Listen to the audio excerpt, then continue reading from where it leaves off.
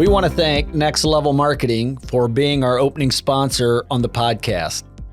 If you have social media that you use for marketing, you need to check out Next Level Marketing and follow them on Facebook. You can also reach them at Gary Bontrager Consulting on our website, www.garybontrager.com. They will do a free audit for you and check out what your social media, how it's performing, what loopholes there are, and how you can tighten it up and be more effective with your marketing. They will help put strategies together to use organic growth to maximize the dollars that you do spend. We appreciate them being an associate sponsor with us on this Mindset Growth podcast and enjoy what they do for us. This is a company that we work with and we endorse, and we don't take that lightly. Welcome to another episode of Mindset Growth Podcast. I'm Gary Bontrager, your host. I have my co-host Heather here with me today. Morning. And Heather, we are excited for this guest, somebody who has reached out to us, and we've done some research, but I'm excited to learn about what it is that he does, what makes him tick, and what motivates and drives him each day to serve people and community and help people have a richer and a fuller life. Yeah. If fuller is a word. It is. More fulfilled. There we go. So with that, I want to welcome David Price to our show. Thank you, David, for joining us. Gary and Heather, thank you so much for having me. I truly appreciate it, and I'm really pumped up about this conversation. Yeah, we're happy to have you on. Thank you. Tell us a little bit about yourself. And when you do that, we like to hear a little bit about your background, because it seems like everybody talks about maybe what they're doing currently, but I have a strong belief that the first 25 years of our lives are very foundational in different stages to put us where we're at today. So I think it's fair. And it goes as far as I've learned that certain companies, and when they're looking to fill certain positions, and organizations, they will look at maybe characteristics of what people have gone through to see if that's helped create maybe the temperament of person that they're looking for. So share a little bit about your childhood as well when you do that. Sure, love that. So I was raised in Kentucky. My mother and father just had me. I'm an only child, and anybody who knows me well will tell you that I fit the stereotype, spoiled and all the whole thing. But it's so true. The pivotal moment of my life was when I was 7 years old. My father passed away. He was 44. And that really was a traumatic experience for my life. And that really, I allowed that for about 30 years to be an excuse that I used for failure and mediocrity and dysfunction and all sorts of really miserable things. Was very unhappy for about 30 years. During that time, I became a Christian minister. I know that's what people look for in ministry, is somebody who's miserable with himself. But that was the truth of it. But I got married, had kids in that time. And so I'm a married father of 3 and a grandfather of 1. I've been in ministry for over 30 years. I've been a certified professional life coach for about 6 years. And I got into coaching because of a transformation that took place when I really was at my rock bottom. And I reached out to a friend. He was able to help me, put me in touch with some resources that really turned my life around. And I was so impacted by that. And I loved it so much that I wanted to help other people do the same thing. So I got into life coaching about 6 years ago. Awesome. So are you still in ministry? I am. I've been in ministry over 30 years. Yes, sir. Okay. So you're doing both then.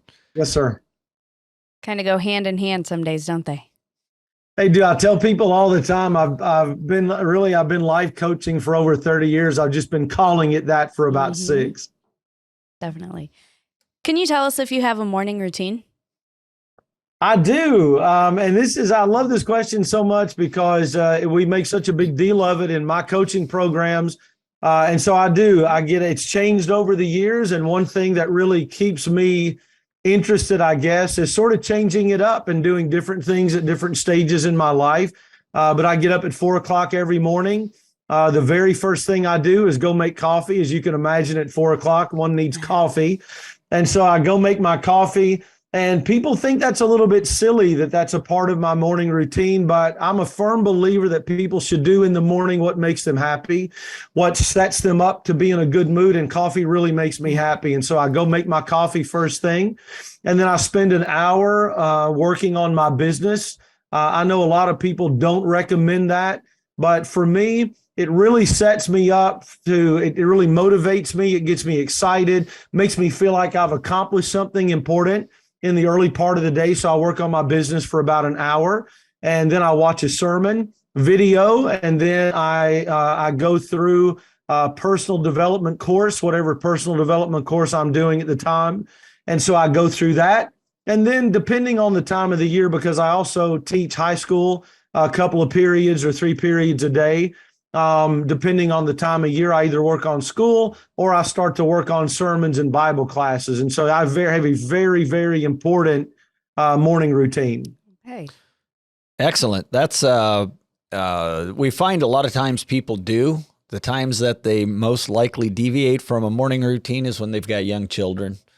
Mm-hmm. Schedules kind of are a little bit more it's harder to have a good schedule, I guess, when you've got small children and you never know what their needs are. But and we find that they vary quite a bit, but it seems it helps establish somebody's day. And some of them like to start early. Some of them, maybe start a little later. But 4 o'clock must be a magic number, though, David, because it's funny that you said that you get up at 4, because we have so many people come on and say, well, I would like to say that I get up at 4 o'clock and have my coffee. However, and today you get the applause. You did it.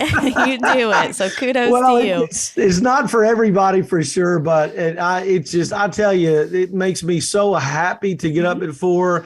I really feel like I've gotten a good start. And I know it's not for everybody, but I think everybody needs to find what works for them, what makes them happy. I think for most people, sleeping in doesn't really make them happy. They may think that it does. I think it really makes us feel kind of guilty and kind of junky about the day. So I think getting up at a decently early hour, I think is a pretty big deal. I'm not a morning person, so I don't get up at 4, but I certainly have a routine when I do get up. So I would think at 4 o'clock, it's important to get some sleep. But my problem is I like nights. And I tend to almost start my next day the night before. And so that's a lot of times when my personal growth and things happen at that point. The other thing I find interesting is you lost your father at a young age. I wasn't as young as you, but I lost my dad when he was 49 and I was 15. And so there's just something that resonates. It's a tough age to lose somebody that you look at as a role model. And I think we have culturally, at least, and I know there's a lot of people that fall through the cracks, but we probably have more tools to help young children that go through those experiences. But it's just difficult for any child to go through that experience. And my heart goes out to anyone who has. So thank you for sharing that. Kind of helps me maybe put a little perspective on some of the things you do in serving other people. Mm-hmm. However, we're going to move on, and we have some what we call rapid fire questions. So they are not sent to you, and they're just kind of fun to get us fired up and get us going. But since you've been up since 4, you're fired up, and maybe we got to refire you. So the first one is, what's your cell phone wallpaper? I'm embarrassed to talk about it. People make fun of me about this all the time, but years ago, I had a dear friend of mine, a young man from church. I had him make my logo, and it's my like my hair and my glasses and my goatee, but that's all it is. It's that on a white background. Like that's your my mug logo. back behind you there. That's it. It's on the mug. That's it. That's right. That's my cell phone wallpaper. That's my lock screen, and I loved it so much.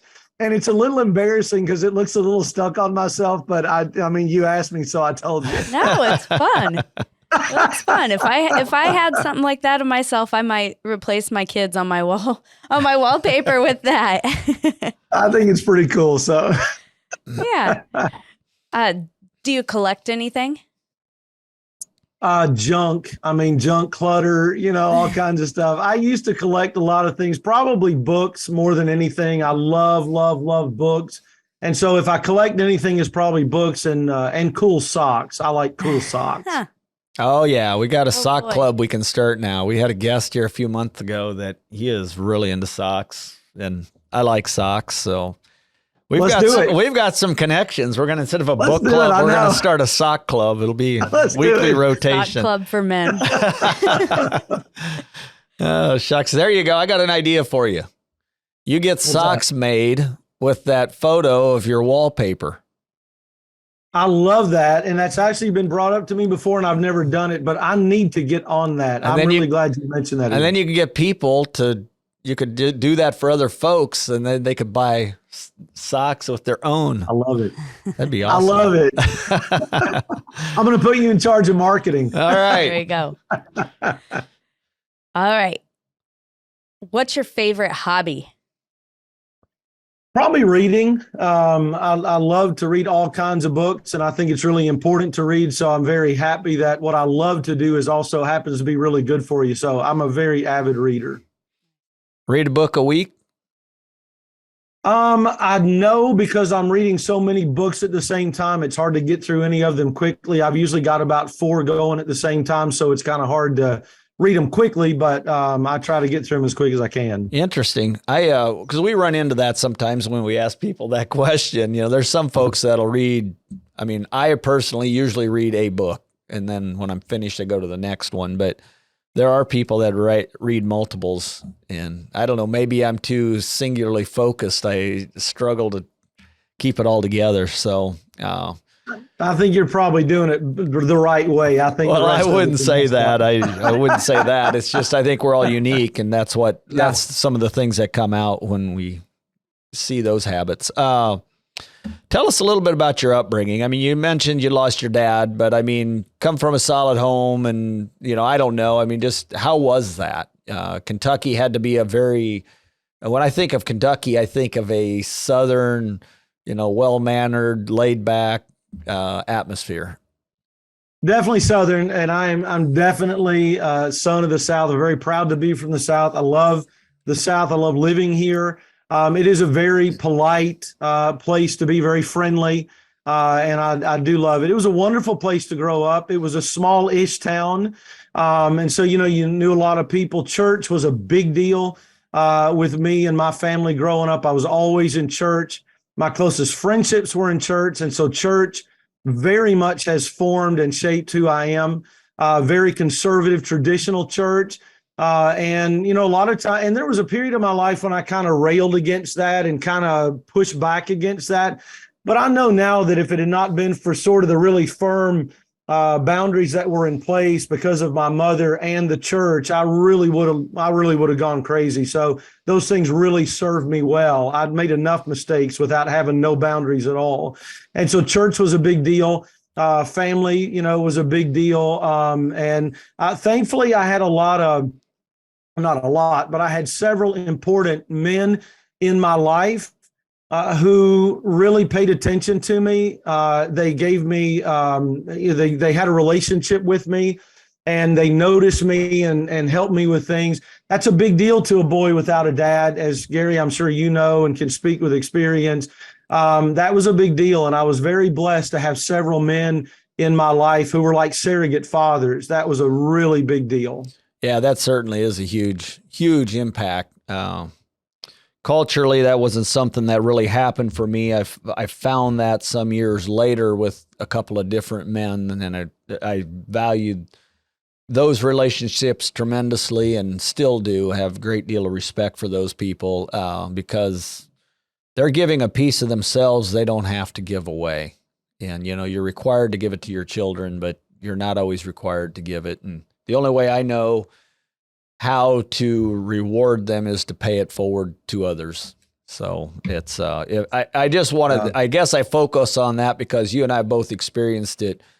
I really hope listeners can understand it is tremendous, what that can mean to a child when they've lost a parent.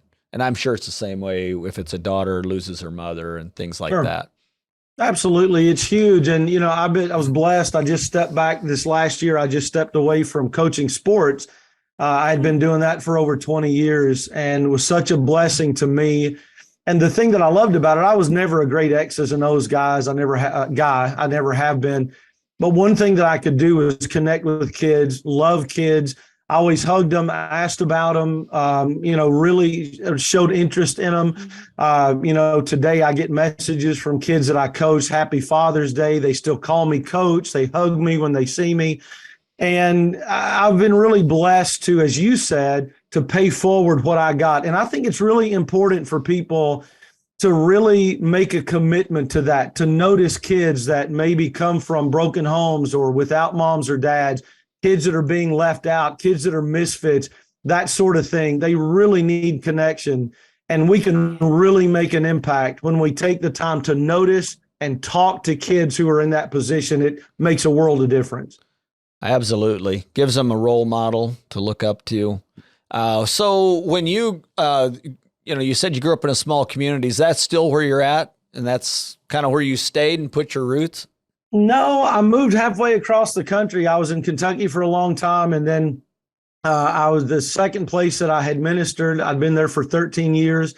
And so I was looking to make a move, and through a mutual connection, I found a church here where I am now in Morehead City, North Carolina, which is right on the coast, South Outer Banks. And so I moved halfway across the country, went from the hills of Kentucky to the beaches of North Carolina, and here in hurricane country and pirate country and all that, which was quite an adjustment, but we absolutely love it here. But still a small town, which I really love. I'm not sure I'd make it very well in a big town. Sometimes we go to big cities on vacation, and it's sort of like the Beverly Hillbillies rolling into town, and I think they're glad to see us go. So I love a small town. No, I can echo that sentiment.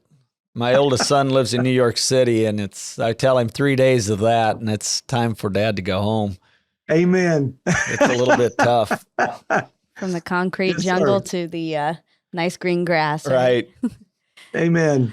So we're going to get a little bit into your coaching and what led you to that. But we know that it seems as though throughout your life, you've had a mission to help people.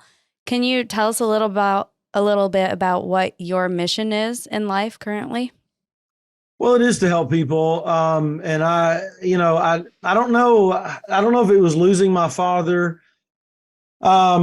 I don't know if it was being raised, by just a mom and not a dad. And I know, apologies if anybody's offended or whatever by any sort of stereotype, but I feel like that being raised by just my mother sort of gave me a heart and maybe a heart for people that I may not have had otherwise. My father also had a big heart for people. He was a prison guard, and he loved connecting with inmates and helping them and serving them. He loved them and tried to help them. So my dad had a heart for people too. But my mother, I was raised by my mother, and I think that gave me a heart for people sort of in a different, kind of a deeper kind of way that maybe men don't typically have.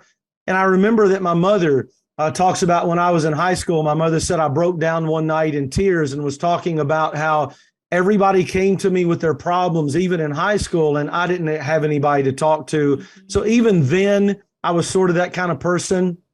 My favorite Bible character is Barnabas, because every time you see Barnabas, he's helping and encouraging somebody. And I really see that as my mission in life, is to be the biggest encouragement, the biggest help, the best friend that other people have. I just really, really feel a passion for that. That's awesome. I know that there are kids out there that feel the same way, kids into adulthood that don't really feel like they have that outlet, but they always have that ear. And I know that can be very weighing on people. I'm sorry, I was going to say, and we need friendships and relationships ourselves that we can then, unburden on as well. So you're absolutely right. And as teenagers too, a lot of times I think we probably don't recognize sometimes the folks that are trying to be friends or that we could go to at times. And yet as you look back, it's hard for a younger kid to take that all in from others. So there is a balance there. We want to thank Gary Bontrager Consulting for being a sponsor on the Mindset Growth Podcast. There's a variety of services they offer. They have human resources for one. They have a sales program. They also work with the financials, whether you need to help set up your QuickBooks or go with a high-level person that can help you do benchmarking, budgeting, and the likewise. They also do a lot of leadership training, whether you're the business owner, manager, or are just leaders in departments. They can tailor those packages for you. Reach out to them for a free consult, and they will see what your needs are and offer different opportunities for you to put in motion to take your business to the next level. They have been successful over the past few years in helping organizations not only grow, but grow as much as 200, 300, and 400% in a 12-month period. Certainly, they understand it takes a strong foundation, and there are years where there may be no growth leading up to this as they put the right pieces in place. Reach out to them at www.garybontrager.com. You can reach out to them on Facebook, Instagram, LinkedIn, and Twitter and get the free advice that they offer, and that may be just what you need to set you on a different path to lead you forward and be successful in your business and your life. We appreciate them supporting us. You talk about, and I think just from some of our research, and I'd really like to dig into this a little bit, because we as humans are designed with a fight or flight tendency. And so as we develop from, young children into even adolescence and go through puberty and all of that, those things are developed more and more. And next question, I guess, that I want to talk about, or the subject is, you talked about how you led a life of anger and frustration and decided it was not the life you wanted to live. And, I want you to talk about that, what the transformation and some of that was, but I also want the audience to understand that those are just natural human tendencies that can come out. And at the same time, they usually come out from frustration and pain. And we sometimes hear people say, well, that's just how I am, or that's just how they are. We can learn and change all that. And I think the difference, though, is if you're experiencing that, for myself, and I'm going to say this so that maybe you can springboard off of that, I'm probably a fight kind of guy.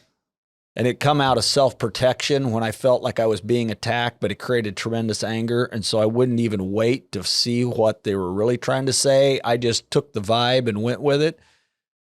And I had to really learn to control that. So when I read that, it resonated with me quite a bit. So talk about that a little bit, and maybe scenarios that, one, developed that when you were young, and then others, how you overcame that. So it's kind of a multifaceted question, if you would, and maybe something you can give a lengthy answer on.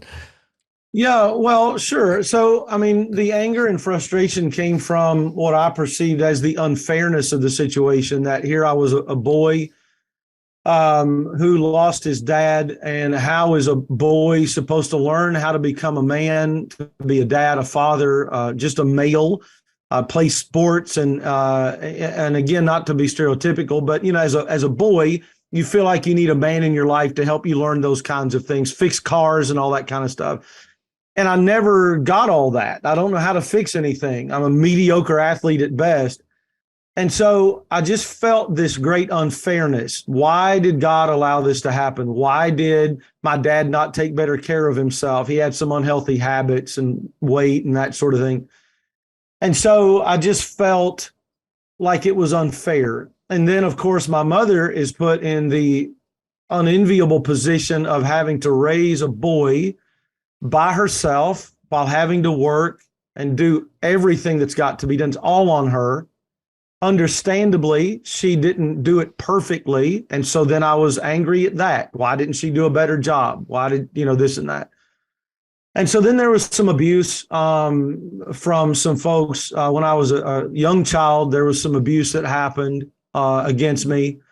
So there was that. And so it just seemed like these things kept happening that were unfair. And I would look at other people who seemed to have it all together, which is always questionable at best that anybody else has it together. But I would look at other people that had it together and I would think, why did they get everything that they needed? And I got next to nothing that I needed. And it was just this building sense of unfairness. Why me? I was completely a victim, totally in victim mode. I felt like that there was something that I didn't get, either by birth or by training, that I needed in order to succeed. And because I didn't get it, I would never be able to change. And so it really was truly 100% a victim mentality. And because of that, I just kept getting more angry and more angry and more angry. And finally, that came to a head, and I just reached a point where I could not go on that way. I was just so deep in despair and every bad emotion. And finally reached out to a friend. I thought when you were talking a minute ago that sometimes we don't recognize help when it's there. I have a friend who had repeatedly reached out to me and tried to help, and I turned him away every time. I said, I don't want it. I don't want your help. I want to stay the way I am. But finally, when it got so bad, I reached out to him and asked him if he had a book that I could read. He suggested the book. I was a brand new man by chapter 2, and that led to more books and coaching and seminars, et cetera. And it completely turned my life around. And so what I take from all of that is a couple of things. First of all, nobody's broken to the point that they cannot change, but you're probably going to need some help to get there. And so that was kind of my journey with the whole anger thing. What book was that? The University of Success by Og Mandino. It's actually a compilation of chapters and essays from other people. But the University of Success. And I kid you not, it sounds ridiculous, but by the time I had finished reading chapter 2, my life was completely different than it ever had been. It was that powerful. Oh, I don't think it sounds ridiculous. I mean, I love the story because the one thing I draw from that is the fact that you had to come to a position that you were ready to change. Up to that point, it doesn't matter. And I often see, we work with a lot of companies, and they may have a young man or woman that works for them. And I'm starting to see more and more companies invest in their people with just personal development and leadership training. But if some of those people don't want to take that training, there's nothing you can do about it. And, they're certainly hurting themselves. They're not going to advance as fast as some of the others. But at the same time, they're a great human being, very likely, and do their job well, but they're just not ready to receive it. But that's probably another reason books are impactful to you, would be my guess, because you've known the power of that information that changed you with that. What were some of the steps, though, when you went from just feeling and living in this anger, probably because it felt so good, in a sense, because you're focused on yourself. What changed, though, for that to release and go away? Did you introduce new things in your life outside of just reading? I mean, it's not so easy as to say, I'm going to stop something. Sometimes we have to replace what we're stopping with something different. So how was that? Well, I think, first of all, Gary, just to highlight something you just said that I think is so important for people to understand, and that is that when we have unhealthy behaviors or toxic attitudes or whatever it might be, we are getting a benefit from that. And that's why we do it. And what you said is so important for us to recognize. It may sound ridiculous, but a person who's toxic or hateful or abusive or self-destructive, they're getting something out of that, or they wouldn't do it. Right. And so sometimes it's a matter of recognizing, okay, this is what I'm getting from, like, if you're a jerk to other people, what's the benefit? Okay, how can we get that benefit by doing something healthy rather than toxic? So that was such an important point you made. But the main thing that happened that I recognized or realized from reading that book that has become so important now to me and to the programs that I've created is taking 100% responsibility for your life and everything in it. This is what my programs are built on. 4 pillars of success is what I call them. It's what I did. It's what I teach. It's what works. But the first pillar is taking 100% responsibility for your life and everything in it. It's my belief, Gary and Heather, that until we do that, absolutely nothing can change. As long as it's somebody else's fault, as long as the government or the economy or the in-laws or whoever keeping me down, as long as I cannot affect change, then I will never affect change. But taking responsibility, which doesn't mean I'm to blame for everything that happens. We don't even use the word blame in my programs. I'm not to blame for anything. I don't even blame myself, Gary and Heather. Mm-hmm. I don't even blame myself for the things that I did, like the mistakes, the sins that I committed. They are myriad. There's a million of them. But I don't sit around and go, man, I wish I hadn't done that, or how stupid that was, or I don't do that. There's no benefit in that. No. But taking responsibility for what I've done, taking responsibility for my response to what other people do, that's where our control lies. Mm-hmm. And once we take control, now we can begin to create change and live in happiness. That's the key. And until we do that, nothing changes. I think that's one of the main pillars that we try to teach our children. What teachers try to instill in them is, take responsibility for your actions. And that's something that we think of on such a small level until you stand back and really look at yourself in the mirror.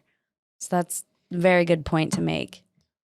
Yeah, hey, that is so true. I mean, think about how many times I have, as I mentioned, 3 kids, they're in their 20s now, mm-hmm. but how many times when our kids are little do we have to have those conversations? He did this, and so I threw this at him. Well, you can't let what he did make you throw something at him, and we have but then we grow up and we do it all the time. We tell people, you make me so mad, or why did you make me get angry and slam the door?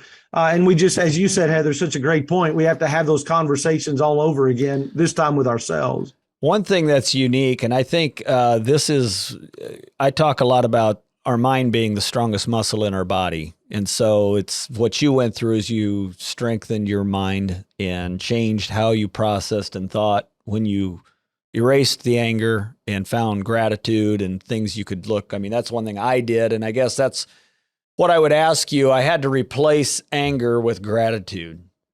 And it was even as ironic as a few years ago, I liked to bike, and I would get on the bike or exercise, and I'd start to just, I don't know why it was at that point, if it was my adrenaline or just the endorphins of exercise, I would start to think about all the people that just screwed me over. And just to combat that, I would instantly just tell myself, when that happens, I'm going to go through and start naming everything that's grateful. And First thing I knew, I had 5 miles down, or 10, and I was just thinking of the gratitude of things that happened. The other thing that I see, human nature is to self-destruct. It seems like unless we're very intentional, we go back to a destructive mode. You'll see people who, they'll win the lottery, or they'll have a business that takes off really quickly, and then they sell it, and then, or some way they figure out how to, go back down. Have you experienced, what's your experience in some of that? Well, that is definitely true, Gary. And I love the word that you said. This is probably, if there's any word that is just should be tattooed on everybody in my programs, tattooed on their forehead, and next to my logo, of course. But if there's anything that we just talk about all the time, Gary, it's intention, being intentional. I mean, you think about your yard, your garden, your landscaping. If you're not intentional with your home, your car, if you're not intentional with upkeep and constant improvement, what happens? Everything goes back to, chaos and decay and all of those things. And we're exactly the same way. That's why the morning routine is so important. That's why in our program, we talk about, tips and tricks and hacks are fine. But a life is created through habits, routines, and lifestyles. Right. And that takes intention. And so you're exactly right. If we're not intentional about morning routines, about dealing with limiting beliefs and negative self-talk, about exercise and sleep and nutrition, about relationships, if we're not intentional about that, the same thing is going to happen that happens to your house. If you don't do anything to your house, it's just going to crumble and decay and eventually collapse. And lives are the same way. That's such a Such an important point. Well, I'm glad you shared that. That's it's just something that's very interesting, and I want people to gather out of this as we visit about that. So I kind of want to move on to how you started. You worked through your realization or your frustration, and you decided that you had a desire to help others. Is that after you worked through your frustrations and anger, or did you always kind of have that desire to help others? Well, I've definitely always been a helper, for sure. With the coaching specifically, it seems like that I fall backward into everything that I do. I mean, there's hardly anything that I do, ministry, coaching, sports, almost teaching high school, almost everything that I do is like some accidental thing that comes out of nowhere for some reason. But so when I went through that transformation and got really excited about personal growth and abundance and growth mindset, I was just so excited. And I just wanted to talk about it all the time. And so my family was having to hear about it all the time. I was trying to coach my family all the time. Well, as you can imagine, eventually they got a little bit tired of that. And so I decided that, well, I need to find some other people to talk to about this. And I thought, well, maybe I'll go into coaching. And I sort of, I got into, actually accidentally signed up for a coach training course. I didn't know that's what it was. I thought it was a personal growth course, but it was coach training. And so I did that. And then I went and actually got certified. And so it really, to answer your question, Heather, I didn't really at any point say, I'm going to go be a coach, but it was just a natural outgrowth of being changed, wanting to talk about change, and loving helping other people change. So I just kind of, I guess it's in my wheelhouse, I guess you'd say. Just kind of melded together after you had that realization. And I think so. Yeah. Yeah. what's some of your target there? I mean, we kind of, we know you help a lot of men with their roles as a husband, fathers, in those relationships, probably with their children and spouses as well. Is that kind of your target of what you work with? I've got two programs. One is for men and women who are in one of two places. They either don't have any idea what they want to do with their lives, or they know what they want to do, but they got no idea how to get there. And so we have a program for that.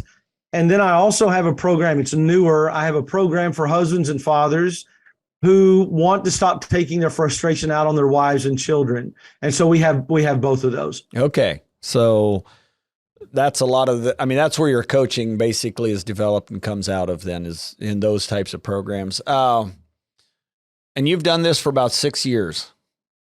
Yeah, I've been a certified coach for 6 years and been in business for 6 years. That's correct. Okay. Excellent.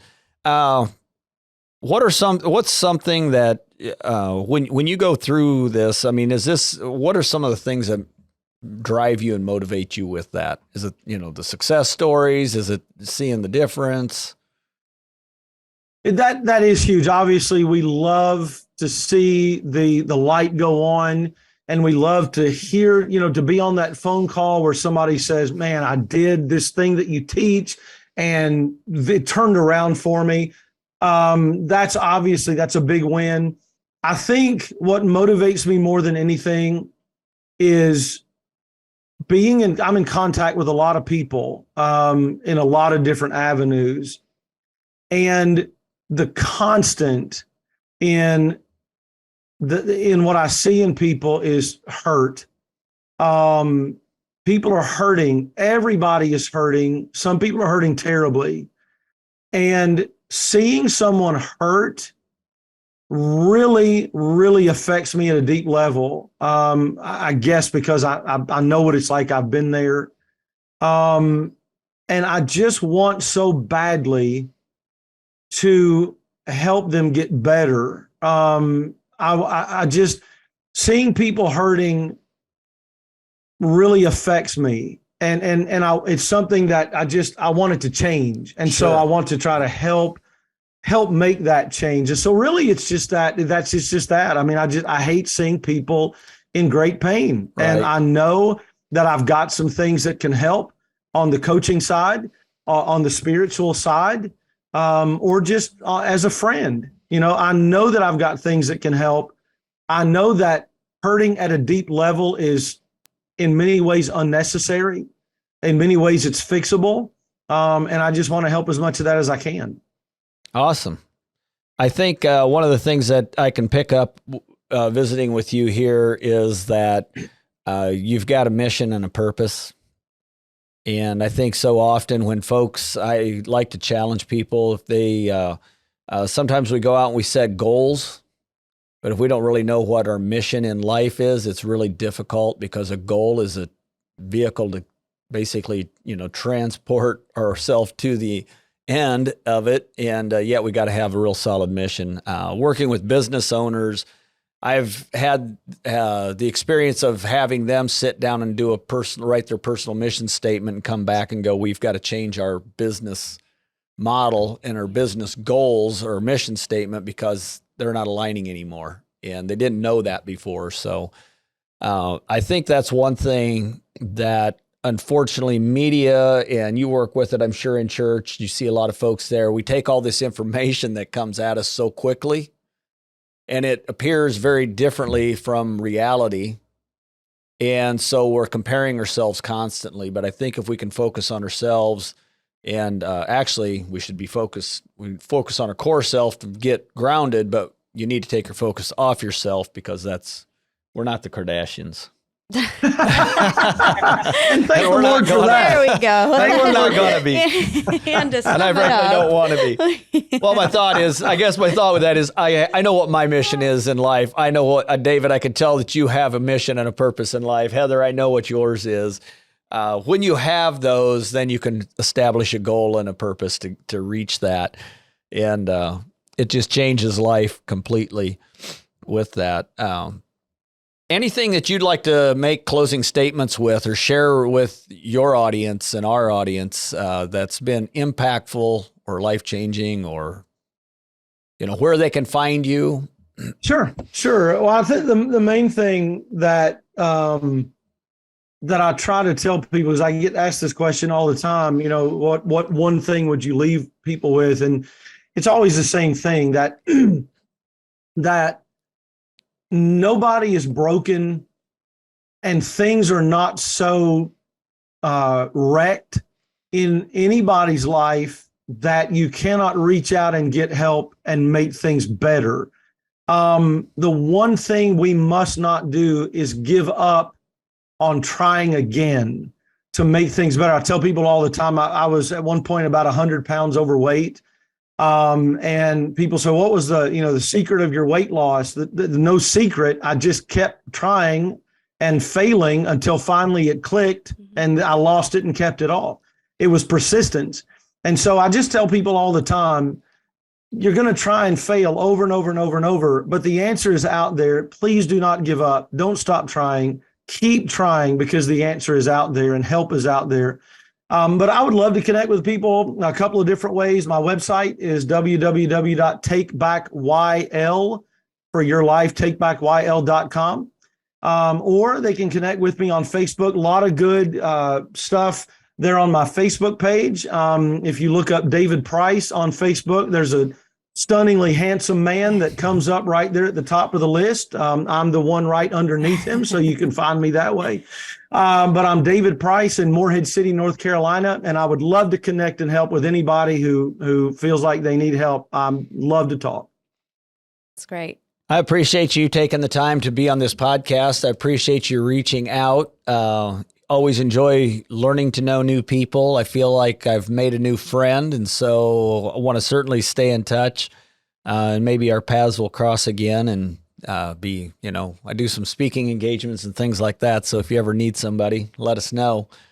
But thanks again for your time. We really enjoyed having you here on Mindset Growth Podcast. And folks, look him up, see what he's about and how he serves other people. It's so inspiring to see someone in action giving back to their community. And when I say community, it's much larger sometimes than just the small city we live in. So with that, David, thanks for your time. Thank you all so much, and God bless.